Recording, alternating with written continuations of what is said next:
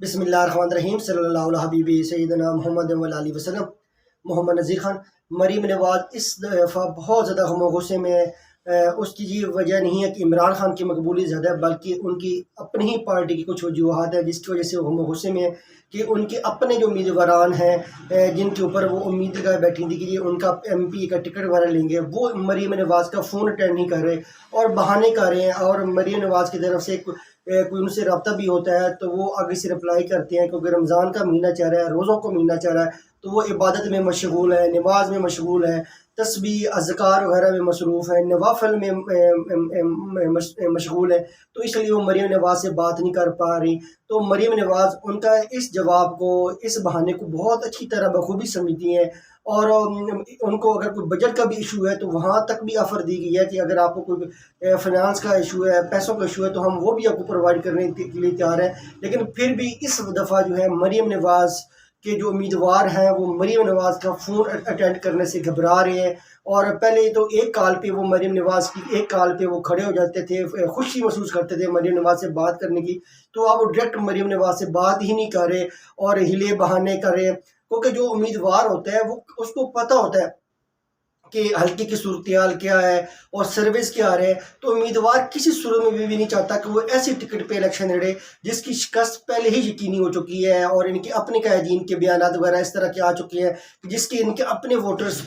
میں مایوسی پھیل گئی ہے۔ تو امیدوار کبھی بھی ایسے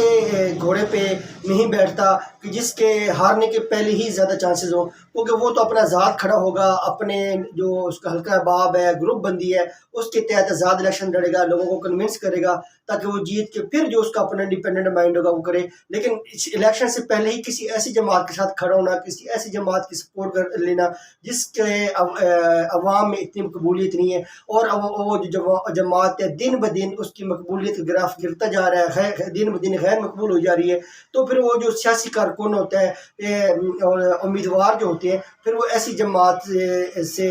اٹیچ نہیں رہتے، پھر وہ آزادی الیکشن لڑتے ہیں، کیونکہ اس امیدوار کو بھی پتہ ہوتا ہے کہ اس کو جو وجود ہے وہ جیتنے سے ہے نہ کہ ہارنے سے، کیونکہ جب وہ ہار جائے گا پھر 4-5 سال سیاست میں وہ ارریلیونٹ ہو جاتا ہے، اور اس کا جو وزن ہوتا ہے، زور ہوتا ہے امیدوار کا، وہ ٹوٹ جاتا ہے، تو وہ کیوں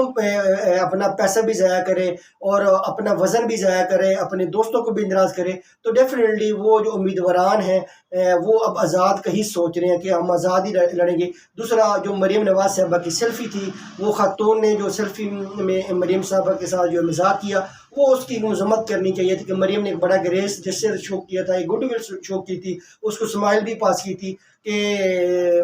وہ ان کے ساتھ آ کے سیلفی بنا لے، لیکن سیلفی کے بعد کیا ہونا تھا کہ وہ اس نے الٹا ہی کچھ مریم صاحبہ سے سوال کر لیے کہ آپ یہ فکر رپیٹ کریں، تو وہ کسی کے منہ پہ اس طرح کی بات غیر اخلاقی ہوتی ہے۔ آپ سیاست میں اختلاف کریں، ان کی سیاسی پالیسیز پہ تنقید کریں، لیکن کسی کو ذاتیات کے حوالے سے کسی کے سامنے اس طرح کی آ کے بات نہیں کرنی چاہیے، تو وہ اس کی مذمت کرنی چاہیے، کیونکہ آپ سیاست میں آپ ایک دوسرے سے اختلاف رکھتے ہیں، یہ آپ کا حق ہے، لیکن ذاتی زندگی میں ایک دوسرے کے اوپر جو ہے اس طرح کی باتیں نہیں کرنی چاہیے۔ تو اس خاتون کو بھی سمجھداری کا مظاہرہ کرنا چاہیے تھا۔ تو عمران خان کو جو نکلے ہوئے، عمران خان کی جو حکومت ختم کی ہوئی 1 سال ہو گئے، تو آپ دیکھ لیں 1 سال کے اندر یہ جو حکومت ہے PDM کا جو الائنس ہے، جو جس کا وزیر اعظم شہباز شریف ہے، انہوں نے 1 سال کے اندر ملک کے اندر کوئی تبدیلی نہیں لے کے آئے، نہ ہی انہوں نے کوئی چیزیں کم کی، نہ کوئی مہنگائی کم کی، نہ کوئی پیٹرول کے ریٹس کم کیے، نہ کوئی ڈالر کا ریٹ کم ہوا، بلکہ عمران خان کے دور سے زیادہ ان کے 1 سال کے اندر جو ہے وہ مہنگائی جو ہے بہت زیادہ آسمانوں کو چھو رہی ہے، اور عام آدمی کا جو زندگی گزارنا بڑا مشکل ہو رہا ہے۔ اور آپ دیکھ لیں کہ اس حکومت نے تو آ کے عوام کو آٹے کی لائن کے اندر ہی کھڑا کر دی، آٹا ملنا ہے یہاں پہ بھی اب سوچ لیں کہ زرعی ملک ہے پاکستان، اس میں آٹا ملنا کتنا مشکل ہو چکا ہے، اور کتنی جانیں جو ضائع ہو گئیں جس کا بھی تو کلیئر طور پہ رپورٹ بھی نہیں ہوا۔ تو لوگ جو بتاتے ہیں کتنے لوگ جو دھکم پیل کی وجہ سے زخمی ہوئے، جو میڈیا میں رپورٹس باقی ہیں کہ جانیں ضائع ہو گئیں۔ تو یہ پاکستان کے یہ اس طرح آپ زندگی گزارنے کے ابتر حالات ہیں، کیونکہ آپ جب وہاں پہ آپ کو آٹا نہیں ملنا، کھانے پینے کی چیزیں نہیں ملنی،